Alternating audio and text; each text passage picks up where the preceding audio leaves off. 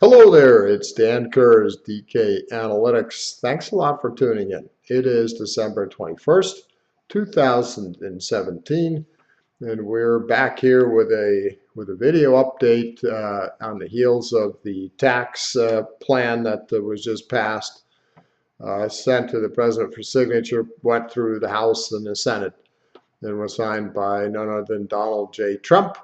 But before we continue, just real briefly, two things.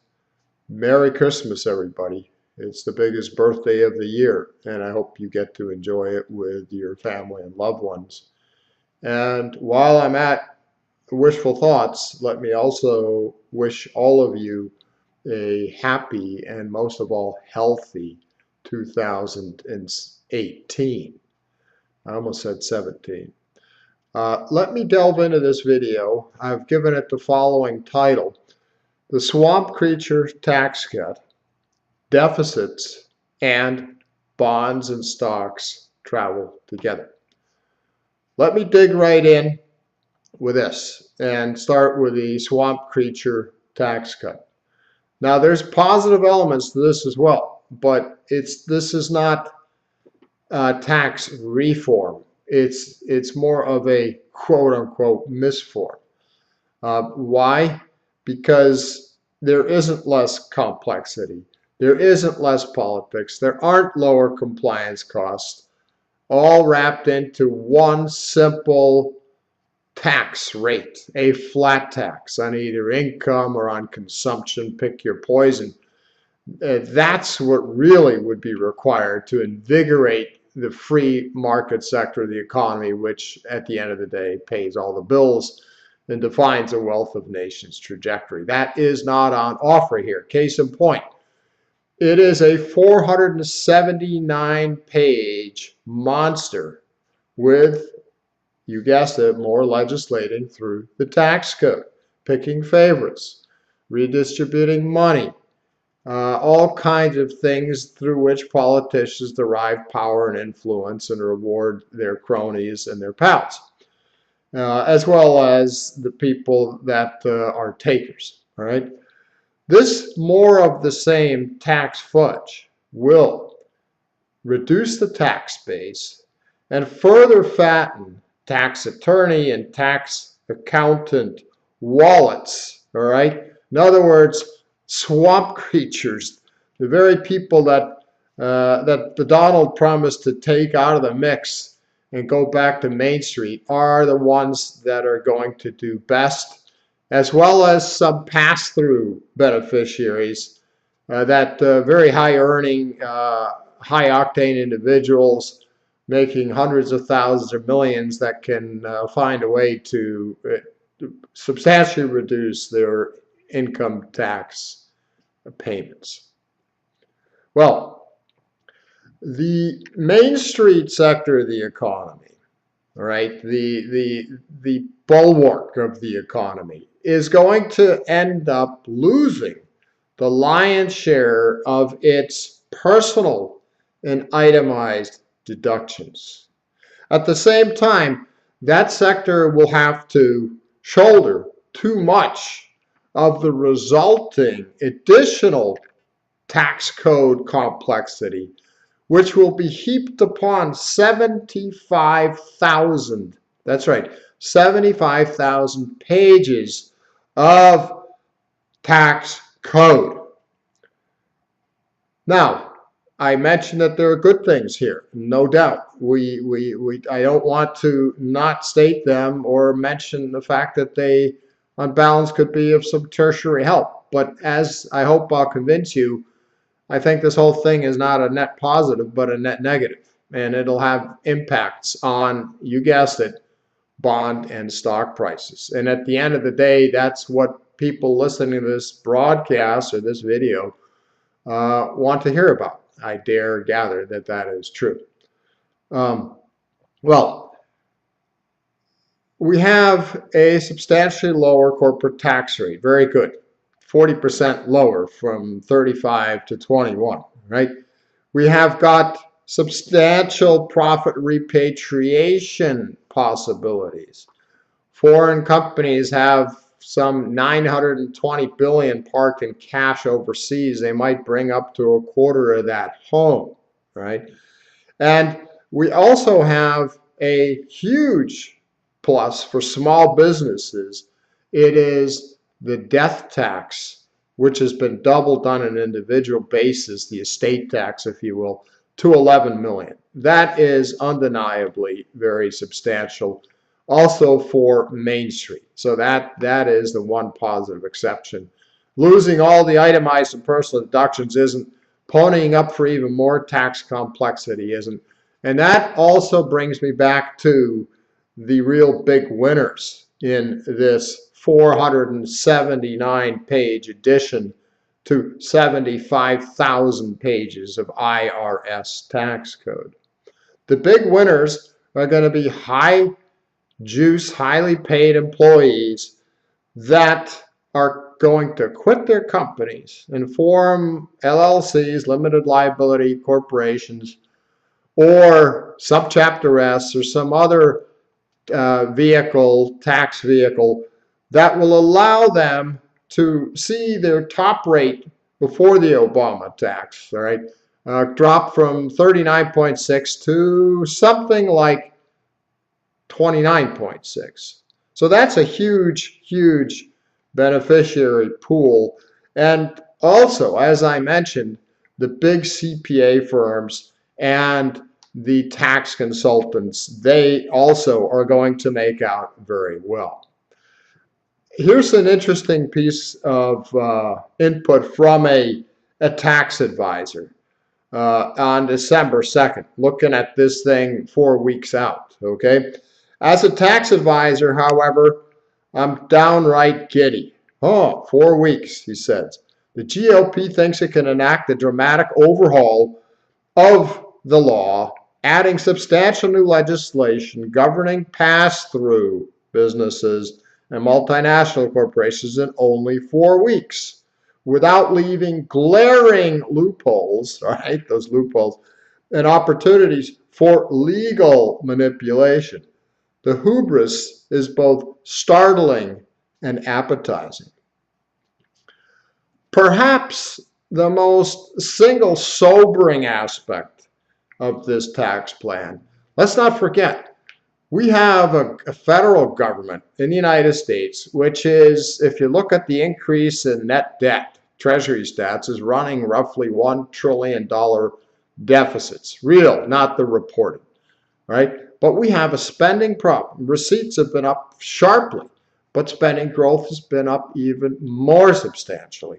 So this tax overhaul, if you're going to reduce taxes without also reducing spending of an out-of-control federal leviathan, then you're going to end up paying for those tax cuts via what? Higher inflation rates, more borrowing costs, higher interest expense. So, the jury is out whether at the bottom line level this is going to be such a constructive thing. Well, when one talks about revenue stimulation and the positive impact, dynamic scoring of lower tax rates, at the same time we have to look at something, and that is how many people are even in the game at all. How many people pay taxes? And here there's some rather sobering news as to the intent, as stated by the president himself, of this tax legislation. Let me read it off to you. The most important principle for tax reform is that revenue should cover the cost of government so that citizens can actually make an informed decision about what services they're willing to pay for. Makes sense, right? Makes sense? On this score, Trump's plan is sadly business as usual. And here we get to the nub of it. First, it would take even more people off the tax rolls.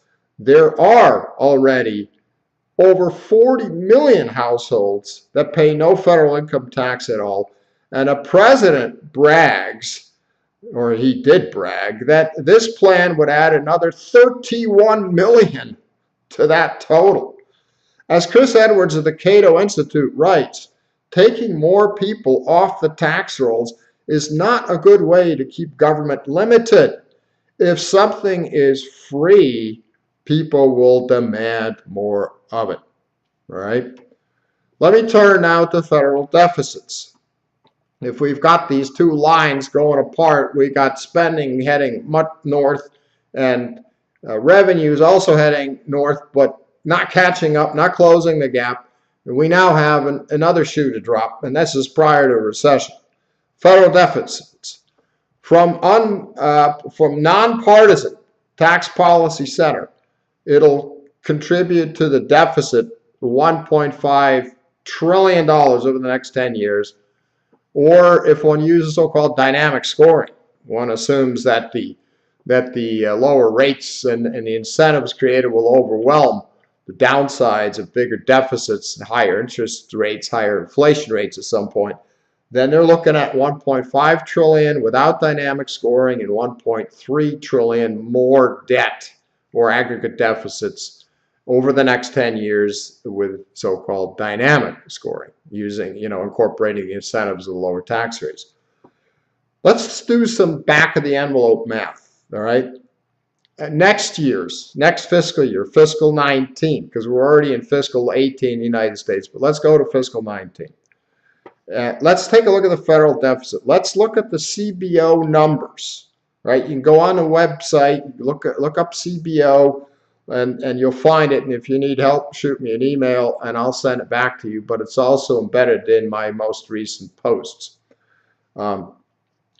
For 2019, fiscal 2019, which starts October 1st of next year, 18, the CBO has a $689 billion baseline deficit number. We have, from this tax cut, a tabulated $280 billion cut or loss of government revenue. This is mostly going to be at the individual and payroll levels, especially with this pass-through capability of people, going solo and being consultants. And remember that corporations only contributed in 17 9% of total federal government revenue. So if you drop that from 35 to 21, yeah, it's going to have an impact, but the real impact is at the personal tax level and obviously at the payroll tax level, but personal and payroll, right? So we've got a $689 billion base deficit for fiscal 19, according to Congressional Budget Office, nonpartisan supposedly. We've got $280 billion worth of or less tax revenues projected to be collected in fiscal year 19. And juxtaposed against that, in fiscal year 19, the CBO projects $300 billion, actually $280 billion of spending growth at the federal level, plus about a $20 billion subsidy to bail out insurance companies for the Obamacare nightmare, all right, and the losses they incur. In other words, it's a subsidy. If we take $689 billion baseline deficit next year, add to that $280 billion less tax revenue, add to that $300 billion in spending growth in terms of widening the deficit, right? We're looking at $1,269 billion government deficit by fiscal year 19, or 1.27 trillion. Now, one of these years, we're going to have a recession. We've had an artificial and weak and nearly record long, or at this point possibly record long, post-World War II economic recovery. But that is questionable but let me not get into that. If we looked at honest inflation numbers, we arguably never got back to real GDP growth. But let's leave that aside. One thing is for sure. One, we do have an official recession. 2 months of negative real GDP growth back to back. Then government revenues shrink. There's less economic activity. There's less personal income taxes, less income There's less payroll taxes, less people employed, and corporations also report lower income. So we're going to have shrinkage in government revenues, but even more importantly, we're going to have a substantial increase in recessionary transfer payments, welfare payments, to kind of soften the hit of a recession.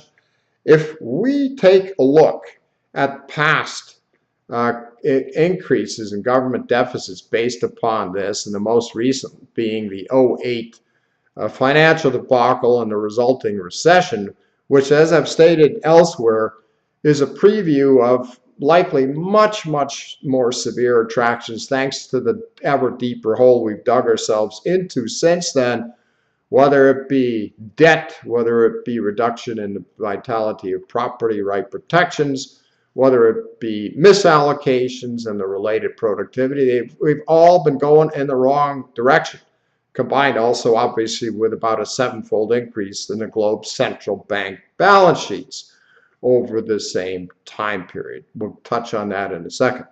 But if we now take a look at this from the perspective of a deficit in 19, which could be close to 1.3 trillion. By the way, in fiscal 17, the reported deficit was 666 billion. And in 19, we could have 1,269 billion. Let's call it 1,300 billion or 1.3 trillion. And we now add on to that the impact of a recession, which, as stated, based on 2008, but this time probably much more substantial given bigger problems, we can add another $1 trillion to that, all right? Comprised of lower tax revenue or lower tax income or intake and much higher transfer payments in a recessionary time. So net, we could be looking at deficits, U.S. federal government deficits, well in excess of $2 trillion, say 2.3 trillion and up. Now, this is going to club the bond market. How so? It'll drive bonds down. There'll be sell-offs. This is especially true. And with those sell-offs, obviously drive rates way up and the benchmark interest rate, the 10-year Treasury, way up. But if we think about this massive move from an alleged $666 billion deficit federal level to a roughly 4-fold increase, possibly within a year or two period. And at the same time, foreigners are starting to dump or have been dumping hundreds of billions of dollars of U.S. treasuries. And now we have the Fed telling us it might sell, okay, up to $600 billion of bonds, most of them treasuries. I'm sure there, maybe some agency bonds, but let's, for the sake of simplicity, say they sell their treasury holdings to the tune of $600 billion to reduce their $4.4 trillion balance sheet back in the direction of $800 billion, where it stood prior to this huge QE effort that got started in late 2008, early 2009. But think of this: you're trebling the debt. No, you're quadrupling the deficit. And you've got foreigners that will probably continue to sell in the hundreds of billions. And you possibly also have a Fed that, if it holds true to its word, which would be a disaster for asset prices. But let's just say we could look at a $3 trillion shift, all said and done, in the supply-demand balance for U.S. treasuries. Huge, huge. And as a result of this, and this is what we're talking about. And oh yes, by the way, I forgot to mention something very important here. And that is, in the United States, as is the case in Japan and in Europe and in Great Britain, we have massively underfunded or unfunded pension plans of every kind. Let's just take a look at the state and city and municipality level in the United States. You've heard of the headlines of Detroit and in Chicago. and Illinois or Michigan. Well, if you take a look at the entire deficit, that is the underfunded state, the pension asset shortfall of U.S. government, state government pension plans, state and local, it is another $3 trillion.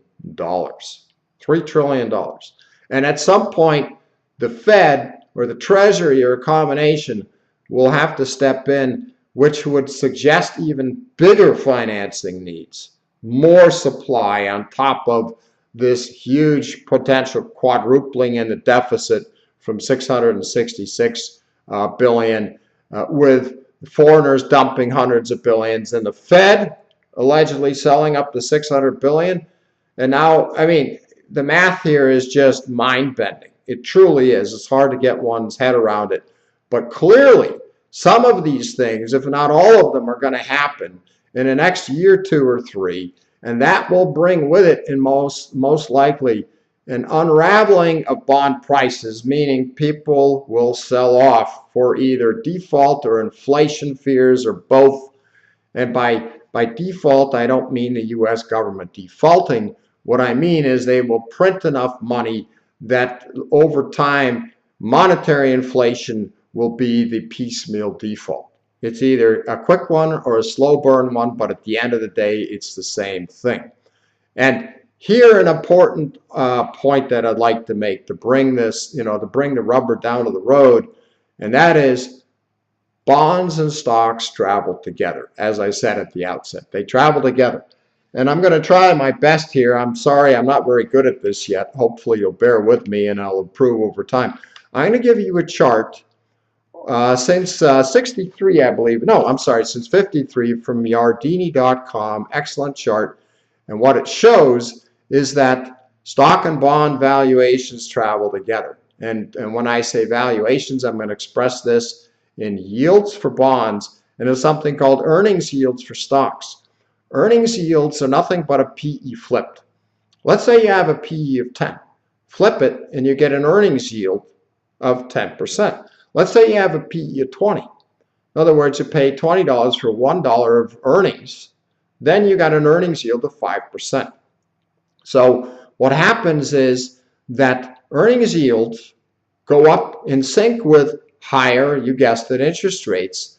When bondholders want higher rates to compensate them for uncertainty, whether it's default or inflation or both, they increase what they need, and the government has to issue a bond with a higher yield in order to sell it, to finance itself, right? These two travel together, and it's obvious. And the discounting, the valuation of a stock is very based upon the discount rates used, and that in turn is keyed off of the 10-year treasury, or in very long term off the 30-year, but let's keep it simple. Let me see if I can get this up. Let me show you how these travel together, all right? Let me see, here we go. Bear with me for just a second. There we go, all right? So we've got here S&P, all right, the yield on the S&P, I'm sorry, the earnings yield and the treasury bond yield, right? And what we got here is we go from over here, and bring this over here.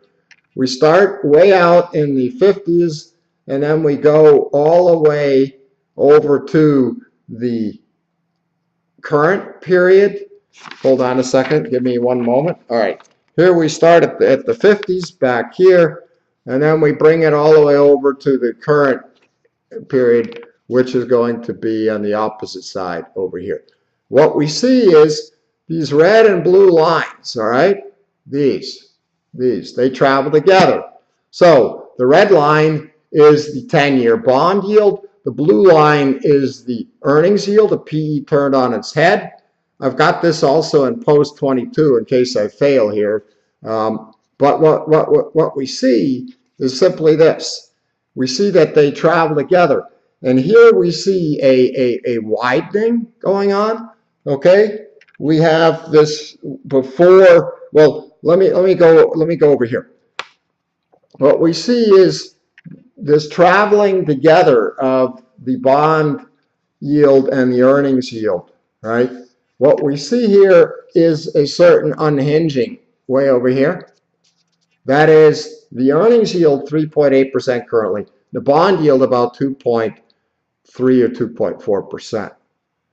What's important here to realize is that if we took the earnings yield and we adjusted it for non-operating earnings, meaning GAAP or real earnings, which is the incorporation of recurring restructuring charges unless a company exits a business line. Those are part and parcel of portfolio mix, business management, asset management, right?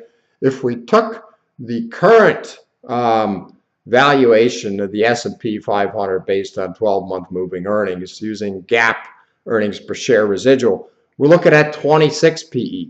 That 26 PE gives us an earnings yield of not 4.8% like here, but 3.8%, right? So we're almost down here. What do we see here? We see yields can go way up, and which yields bond yields, which pulls the bond price down, and that bond price that comes down is the result of higher interest rates sought by investors, which in turn also drives the earnings yield up and the PE down. And again, bonds and stocks travel together. That's what I'm trying to say here. And if they travel together, all right, and we are at the likely turning point of a 36-year-old bond hyper bull market, then the valuations of stocks, just from a discounting mechanism perspective, have to start taking hits, right? And when we take a look at why these the last part of this, why these bonds are so hugely elevated in price, that is, the yield so low, we have this 10-year treasury, the blue line, I'm sorry, the red line, right? Look at it down here, right? Look at, we were all the way up here at 15% back in 81. Why is this so low? Why is this inflationary impact, yet we have increasing real world inflation? Well, the answer is very simply this. This is globally, all right? These are central bank balance sheets.